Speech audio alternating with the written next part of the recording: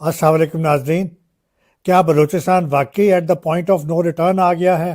دیکھیں، یہ میں نہیں کہہ رہا، یہ اختر میگل کہہ رہے ہیں جو سابقہ ایم این اے رہے ہیں اور چیف منسٹر آف بلوچستان بھی رہے ہیں، اور ساتھ ہی ساتھ انہوں نے ایک اور اسٹیٹمنٹ دی ہے کہ separation is the only option for the Baloch people.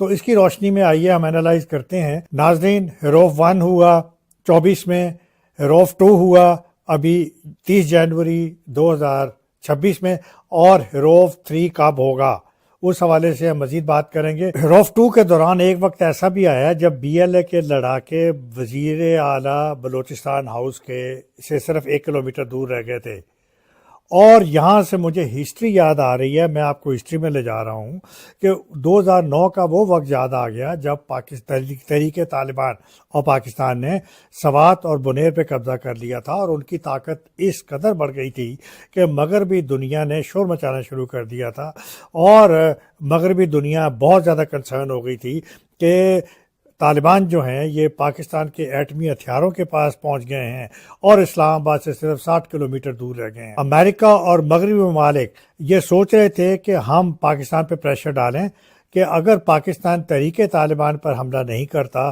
Us situation میں تو پھر ہم براہ راست ہم خود آپریشن کر دیتے ہیں۔ اس وقت 2009 میں پھر راہ راست آپریشن ہماری سیکیورٹی فورسز نے کیا، اور 2 ماہ کے اندر طالبان کو پسپا کر کے افغانستان بھگا دیا، اور اس آپریشن میں گو کہ بہت بڑا آپریشن تھا، بڑا میجر آپریشن تھا۔ 1000 سیکیورٹی فورسز آف پاکستان جو تھے وہ شہید ہوئے تھے، اور علاقہ مکمل طور پہ کلیئر کرا گیا۔ تو اس وقت امریکہ اور مغربی دنیا بڑی حیران تھی کہ کس طرح سے پاکستان نے اکیلے ہی، پاکستان کے سیکیورٹی فورس نے اکیلے ہی ان کو شکست دے دی طالبان کو، اور ان کو مار بھگایا۔ اور یہ وہی وقت ہے جب نیٹو کے ممالک اور امریکہ کی فورسز افغانستان میں 2001 سے لڑ رہی تھیں، اور وہ طالبان کو شکست نہیں دے پا رہی تھیں۔ آئیے اس سے آگے چلتے ہیں۔ مشرقی پاکستان میں مجیب الرحمان کی پارٹی عوامی لیگ اور مکتی بانی نے پاکستانیوں کا قتل عام کیا، اور مشرقی پاکستان میں پوری سول ایڈمنسٹریشن، سول حکومت مفلوج ہو کے رہ گئی تھی، اور باقاعدہ ایک آپ یوں سمجھ لیجئے ڈی فیکٹو حکومت تھی ایسٹ پاکستان کے اندر، عوامی لیگ کی اور مکتی بہانی کی۔ اور پھر پاکستان کی سیکیورٹی افواج نے اپنا آپریشن سٹارٹ کیا، اور انہوں نے ان کو مار بھگایا، اور مکتی بہانی کے جو ممبرز تھے وہ پناہ گزین ہو گئے، بھارت میں انہوں نے پناہ لے لی۔ وہاں سے پھر بھارت اور سوویت یونین یہ دونوں نے مل کے پاکستان پر حملہ کیا، اور پھر جو ہوا وہ ایک علیحدہ کہانی ہے، لیکن مطلب یہ کہنا میں یہ چاہتا ہوں کہ سیکیورٹی فورسز ہماری جو ہیں انہوں نے ٹیک اوور کر لیا تھا، انہوں نے ان کو سچویشن کو کنٹرول کر لیا تھا۔ وہ علیحدہ بات ہے کہ پھر اس میں انڈیا اور سوویت یونین انوالو ہو گئے تھے۔ کچھ عرصہ پہلے 1980s کی بات کر رہا ہوں اور 1990s کی بات کر رہا ہوں، ایم کیو ایم کا بھی یہی حال تھا کراچی اور حیدرآباد میں۔ ایم کیو ایم کے لڑاکوں نے ان دونوں شہروں میں ات مچائی ہوئی تھی، اور پولیس اور دیگر سیکیورٹی ادارے مفلوج ہو کے رہ گئے تھے۔ بھتہ خوری اور ٹارگٹ کلنگ جو تھی وہ زوروں پہ تھی، اور جو کچھ وہ چاہتے تھے وہ ہوتا تھا۔ اور پھر اس وقت ہم نے ملٹری آپریشن سٹارٹ کیا۔ پہلا ملٹری آپریشن ہم نے 1997 میں سٹارٹ کیا، پھر 2013 میں سٹارٹ کیا، اور کامیابی کے ساتھ اس کو ہم نے پورا کیا، اور یہاں تک کہ ایم کیو ایم کے 2 ٹکڑے ہو گئے، ایک ایم کیو ایم پاکستان بن گئی اور ایک ایم کیو ایم لنڈن بن گئی۔ تو یہاں پہ میرا ایک سوال ہے کہ بلوچستان لبریشن آرمی نے جو حروف 2 کیا، کیا یہ کامیاب آپریشن تھا؟ کیا پاکستان کی سیکیورٹی فورسز ان کو سنبھال پائیں گی؟ کیا B L A, Mukti Bahini, T T P اور ایم کیو ایم سے زیادہ خطرناک ہو گئی ہے؟ آپ کچھ بھی کہہ سکتے ہیں، لیکن تاریخ کا جواب ہے کہ بی ایل اے سے زیادہ خطرناک جو ملیٹنٹس ہیں، T T P, M Q M یا مکتی بہانی، وہ پاکستانی افواج سے شکست کھا گئی۔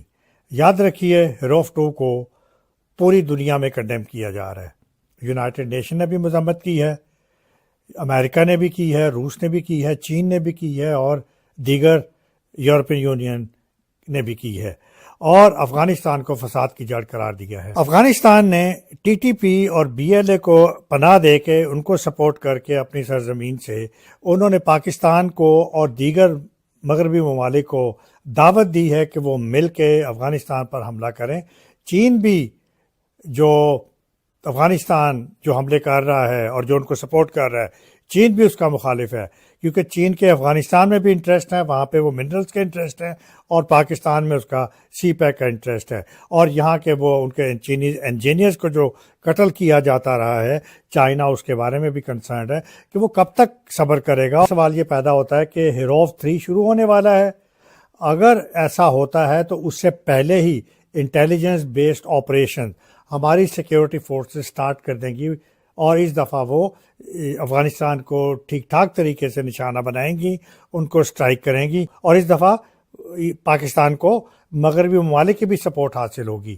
امریکہ کی سپورٹ تو ہے، امریکہ نے پہلے گرین سگنل دے دیا ہے. یاد رکھیے ہیروف 3 شروع ہوگا تو پاکستانی آرمی یا پاکستان کی سیکیورٹی فورسز پہلے سے ہی تیار ہیں اور انٹیلیجنس بیسڈ آپریشن وہ سٹارٹ کر دیں گی اس سے پہلے کہ ہیروف 3 شروع ہو.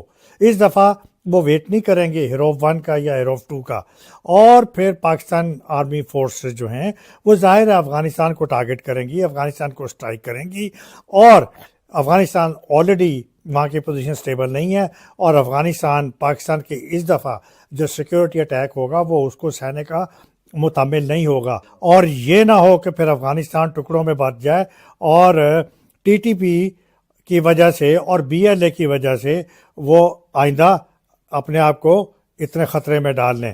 بہرحال جو بھی صورتحال ہونے جا رہی ہے، ہیروف 3 سے پہلے یہ اگر وہ سٹارٹ ہوتا ہے تو یہ ایک تنبیہ ہے، ایک وارننگ ہے ملیٹنٹس کے لیے کہ سیکیورٹی فورسز ایسا ہونے نہیں دیں گی، اور اس کا خمیازہ افغانستان کو بھگتنا پڑے گا. جس طرح ہماری سیکیورٹی فورسز نے کامیاب طریقے سے ہیروف 1، ہیروف 2 اور اس کے بعد انہوں نے کامیاب طریقے کے ساتھ انہوں نے راہ راست آپریشن کیا، مکتی باہنی آپریشن کیا، MQM آپریشن کیا، تو اس دفعہ وہ اس سے زیادہ بڑی سٹرائک کریں گی. اجازت دیجیے، اللہ حافظ.